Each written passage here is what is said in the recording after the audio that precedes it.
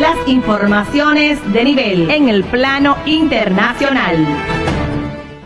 En Siria, el presidente, el encargado del gobierno, Bashar al-Assad, ha perdido la ciudad principal de parte de los insurgentes, que es Alepo. Vamos a ver.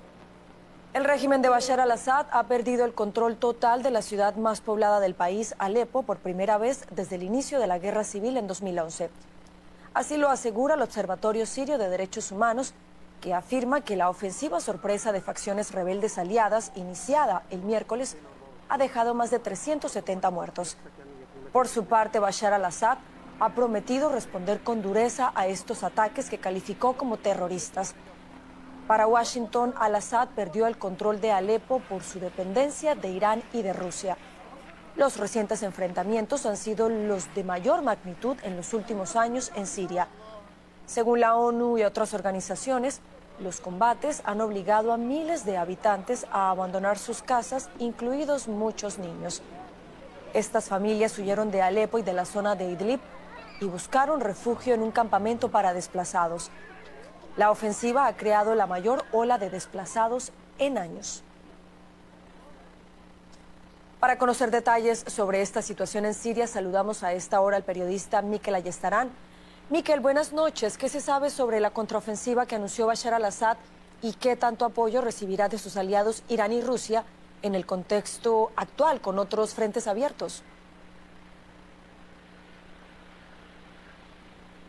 Buenas noches. Lo cierto es que este movimiento de los grupos armados de la oposición ha sorprendido a los dos grandes aliados que tiene Bashar al-Assad, tanto a Rusia como a Irán, pues ocupados con otros frentes como el frente libanés, por ejemplo, para los iraníes, y el frente de Ucrania. Para los rusos esto hace que la respuesta vaya a ser más complicada. Pero ya está en marcha. Por parte, digamos, en el plano militar, hay que decir que hoy Rusia ha realizado varios bombardeos, tanto en la provincia de Idlib como en la ciudad de Alepo. Y por parte de Irán, el primer apoyo ha llegado en forma de diplomacia, y es que el ministro de Asuntos Exteriores iraní ha estado hoy presente en Damasco, se ha reunido con el presidente Bashar al-Assad para mostrarle su apoyo y ha acusado a Estados Unidos e Israel de estar detrás de este movimiento de la oposición armada. Estos son hasta ahora los dos movimientos que hemos visto, pero realmente sobre el terreno. A la hora de hablar de una contraofensiva, el régimen de Bashar al-Assad va a necesitar mucho más que los bombardeos aéreos de Rusia si quiere recuperar todo el terreno perdido y, sobre todo, si quiere regresar a la segunda ciudad del país, a Alepo. Mikel, con este panorama, ¿esta toma de Alepo por parte de islamistas pone realmente en peligro al régimen de Bashar al-Assad? Bueno, se ha complicado esa parte. El régimen de Siria es patrocinado por Irán, pero hay una insurrección muy fuerte ahí que amenaza con desplazar al gobierno de Bashar al-Assad. Continuamos en las internacionales y venimos a Cuba, que está en el Caribe. Se reduce al mínimo la producción de azúcar en la República Antillana. Vamos a ver. Es un trabajo arduo, la zafra o recogida de la caña de azúcar. Cuba, que en otras épocas llegó a producir millones de toneladas, espera llegar apenas a las 300.000 toneladas métricas en 2025, según medios provinciales, mientras lucha por encontrar recursos para plantar caña. Ahora, los agricultores piden ayuda al gobierno. Con algunos fertilizantes, con algunas pesticidas, con insumos, con combustibles y cosas, la producción de caña puede salir adelante. ¿Por qué? Porque la caña es una planta muy dócil. Ya como tú puedes ver, por aquí pasó el huracán y la desguazó, y la caña ha ido levantando poco a poco. En la economía comunista del país, la producción de caña de azúcar está dominada por los ingenios estatales. Este año, con menos caña, solo abrirán 15 ingenios para la producción, frente a los 24 del año anterior, según anunció el gobierno tras la apertura del primer ingenio esta semana. Si hay caña, habrá zafra. Pero cada vez tenemos menos caña, más centrales parados. Incluso esta zafra que vamos a producir nada más para consumir y es insuficiente. No satisfacemos la demanda que tiene el país. Desde hace algunos años, Cuba se encuentra inmersa en una profunda crisis económica. Desde 2020, con la pandemia de COVID-19 y nuevas sanciones estadounidenses, la producción y el procesamiento de alimentos han caído más de un 40%.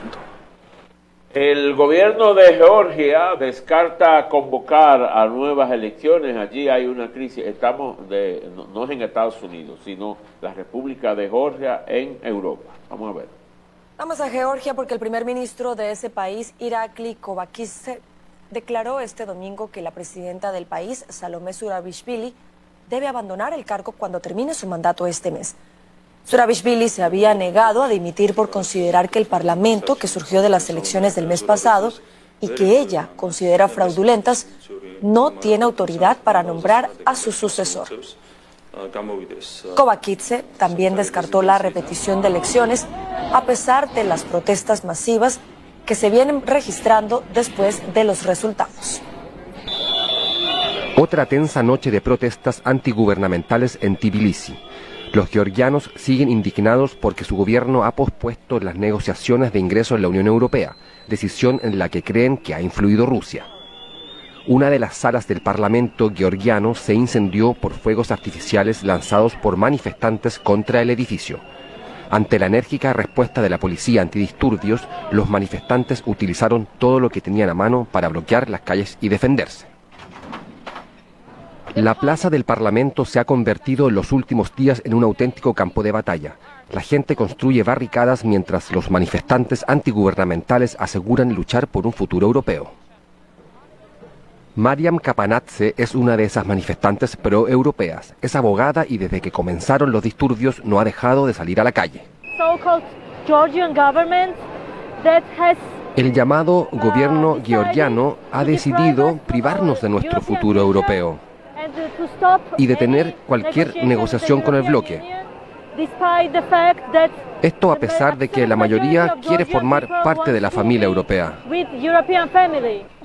Mariam cuestiona la legitimidad del gobierno tras las controvertidas elecciones parlamentarias de octubre. Pero el gobierno asegura que ha ganado las elecciones y no piensa ceder el poder. ¿Qué van a hacer? Ningún gobierno autoritario quiere perder el poder. Por eso emplean su propaganda contra nosotros. Pero la verdadera Georgia está aquí. El gobierno está bajo presión y no muestra signos de cambiar de rumbo. El primer ministro Irakli Kovakidze ha culpado tanto a los políticos europeos como a la oposición de lo que ha calificado de manifestaciones violentas. La principal responsabilidad recae en ciertos políticos, burócratas europeos y en agentes locales, una quinta columna representada por 4 partidos de la oposición. Sin embargo, Kovakidze insiste en que las relaciones con el occidente mejorarán en cuanto acabe la guerra en Ucrania. Mariam ha vuelto a casa y se prepara para otra manifestación. El miedo está ahí, es una emoción natural. Pero cuando veo a la gente a mi alrededor, sobre todo amigos, pienso que moralmente estamos en el lado correcto y eso me da mucha fuerza. Bueno, esa es la situación de una de las repúblicas que estuvieron en la Unión Soviética. Eran muchas repúblicas. Una gran cantidad de esos territorios quieren estar con la Unión Europea. Rusia está haciendo un esfuerzo por impedirlo. Hay que decirlo, Rusia mantiene el control sobre una parte, pero esos países están buscando el desarrollo que muestra la Unión Europea, su alianza con Estados Unidos, con la OTAN, y de eso es que se trata ese conflicto que hay en Georgia. Así llegamos a la parte final de esta edición, Informaciones de Nivel. Muy agradecido de su atención, le invitamos a que mañana nos acompañe para otra entrega. Bendiciones, feliz resto del día. Aquí finaliza Informaciones de Nivel con José Jaques. Gracias por su sintonía. Hasta la próxima.